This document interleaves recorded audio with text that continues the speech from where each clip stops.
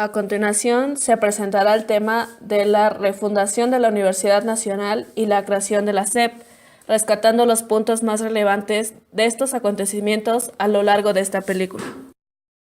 La Universidad Nacional Autónoma de México, UNAM, es heredera de la Real y Pontífica Universidad de México, fundada el 21 de septiembre de 1551, con el nombre de Real Universidad de México, y a partir de 1595 se convirtió en Real y Pontífica. El 22 de septiembre de 1910, en el antiguo Colegio de San Ildefonso, fue fundada la Universidad Nacional Autónoma de México. Fue inaugurada por Justo Sierra por decreto del entonces presidente Porfirio Díaz. La universidad, fundada en 1910, congregó a varios establecimientos educativos laicos y puede ser considerada como la culminación de la reforma educativa iniciada por el presidente Benito Juárez en 1867, con la fundación de la Escuela Nacional Preparatoria, que se convirtió en la piedra angular de la nueva institución.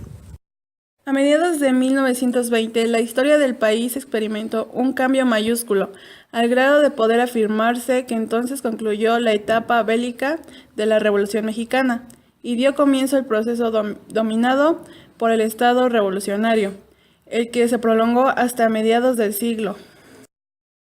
Vasconcelos asumió la rectoría de la Universidad Nacional a principios de junio de 1920. José Vasconcelos Calderón nació el 27 de febrero de 1882 en Oaxaca. Se graduó como abogado en el año de 1907 en la Ciudad de México. En 1920, Álvaro Obregón lo nombra rector de la Universidad Nacional. En octubre de ese mismo año, publicó su proyecto de ley para la creación de la SEP, Secretaría de Educación Pública. Muere en la Ciudad de México de 1959. Se nombra un rector para la UNAM, Miguel Alessio Robles. Fue utilizado como emisario ante Vasconcelos para conocer su disposición a colaborar. Se le nombraría rector a José Vasconcelos con total anuencia para que desde la universidad recreara la Secretaría de Instrucción Pública. Sin embargo, los planes y propósitos de Vasconcelos rebasaban la mera reapertura de aquel ministerio. La insatisfacción de Vasconcelos con la situación en la que encontró la Universidad Nacional tenía dos vertientes. Por un lado, era contrario a una universidad fundada por un mal gobierno, para que el extranjero se engañe, y a la que no se le dieron más facultades que vigilar la marcha pausada y rutinaria de 3 o 4 escuelas profesionales. Por otro lado, culpaba de la situación a la ignorancia carrancista.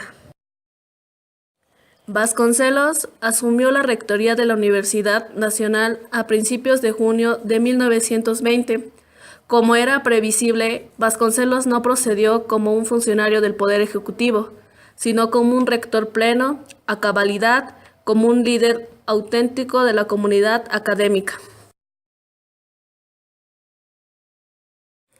El rectorado de Vasconcelos se prolongó hasta el 10 de octubre de 1921, cuando fue designado como el primer secretario de Educación Pública, ministerio diseñado por él, junto con un pequeño grupo de asesores conformado por Alfonso Caso Ezequiel, Chávez Manuel Gómez, Morín Mariano Silva, Alberto Vázquez del Mercado. Reintegración de la Escuela Nacional Preparatoria. En sus afanes universitarios, fue prioritario reintegrar a la Escuela Nacional Preparatoria. El reto no era solo legal y administrativo, también era educativo, pedagógico, y le asignó otra vez una vocación enciclopédica a partir de 6 áreas de conocimiento: ciencias exactas, ciencias sociales, filosofía, letras e idiomas, artes y materias industriales, para favorecer el acercamiento entre los estudiantes y los obreros. No se puede enseñar a leer sin dar que leer, argumentaba Vasconcelos, consciente de que casi 80% de los mexicanos de entonces era analfabeta.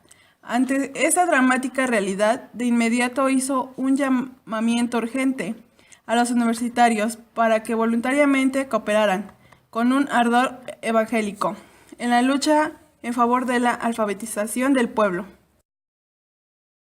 Al crearse la Secretaría a la Educación, heredó el compromiso convirtiéndose en uno de los principales retos del Estado mexicano durante el siglo XX.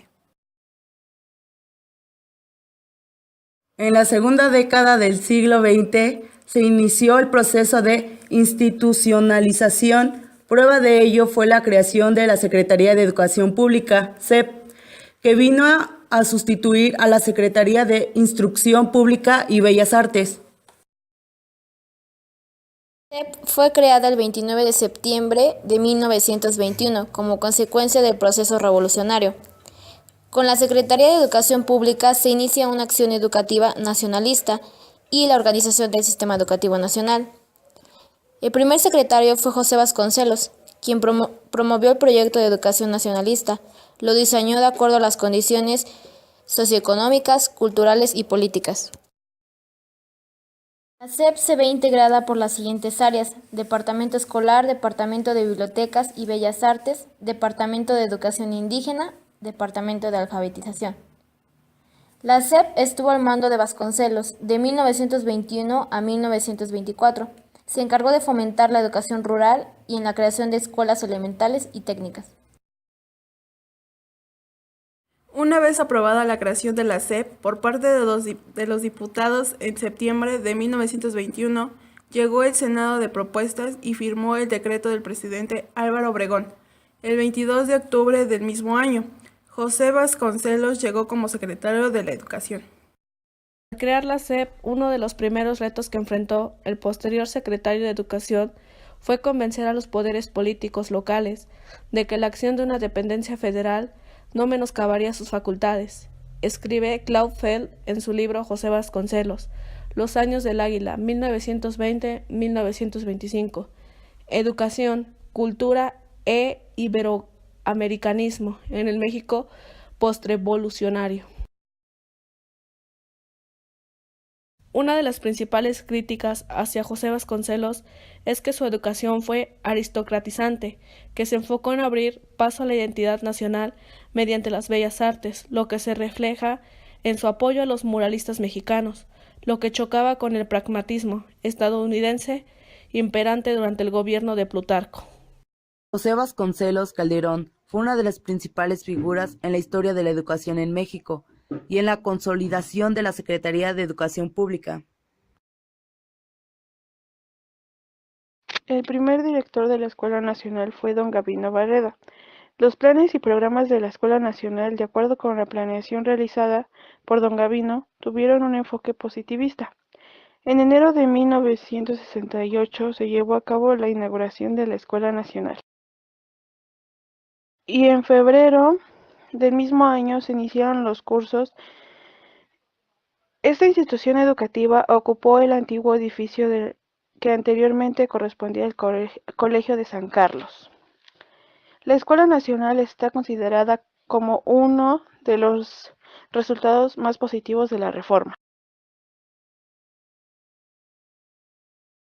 Si bien existían buenas intenciones, los municipios fueron incapaces de afrontar la problemática educativa, y ya para 1919 la educación pública resentía gravemente la falta de una adecuada organización. Tan solo en el Distrito Federal quedaban abiertas 148 de las 344 escuelas existentes en 1917. La nueva secretaría sustituyó la vieja fórmula positivista de instrucción por el concepto de educación. Realzó el concepto revolucionario de educar, es decir, pretendió moldear el alma del educando para desarrollar en él todas sus potencialidades. En 1881, en el proyecto de escuelas nacionales se incorporarían la Nacional Preparatoria, la Secundaria de Mujeres, Bellas Artes, Comercio, Ingenieros, Medicina, Jurisprudencia, Escuela Normal de Altos Estudios. José Vasconcelos Calderón fue una de las principales figuras en la historia de la educación en México y en la consolidación de la Secretaría de Educación Pública.